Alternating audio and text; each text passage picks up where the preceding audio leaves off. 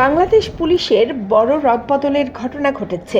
এই রদবদলে 2 জন অতিরিক্ত আইজিপি, 5 জন অতিরিক্ত ডিআইজি এবং পুলিশ সুপার পদমর্যাদার 55 কর্মকর্তাকে একযোগে বদলি করা হয়েছে।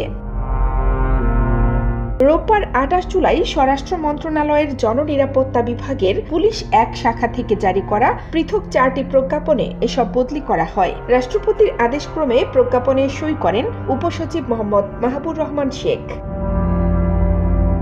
এর মধ্যে একটি প্রজ্ঞাপনে অতিরিক্ত আইজিপি পদের 2 জনকে বদলি করা হয়েছে। আরেকটি প্রজ্ঞাপনে বদলি করা হয়েছে 5 অতিরিক্ত ডিআইজিকে।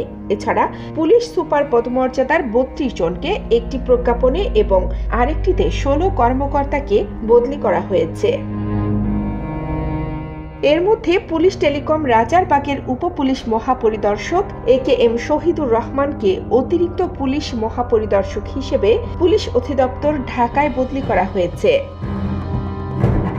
পুলিশ অধিদপ্তরে সংযুক্ত থাকা অতিরিক্ত উপপুলিশ মহাপরিদর্শক মোহাম্মদ সাখাওয়াত হোসেনকে অতিরিক্ত উপপুলিশ মহাপরিদর্শক হিসেবে ট্যুরিস্ট পুলিশে বদলি করা হয়েছে।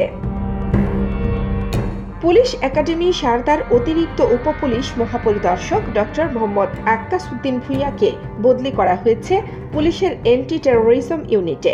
অন্যদিকে অ্যান্টি টেরোরিজম ইউনিটের অতিরিক্ত উপপুলিশ মহাপরিদর্শক মোহাম্মদ আসাদুল্লাহ চৌধুরীকে বদলি করা হয়েছে নৌ পুলিশে। প্রজ্ঞাপনগুলোতে বলা হয়েছে জনস্বার্থে জারিকৃত এ আদেশ অবিলম্বে কার্যকর হবে।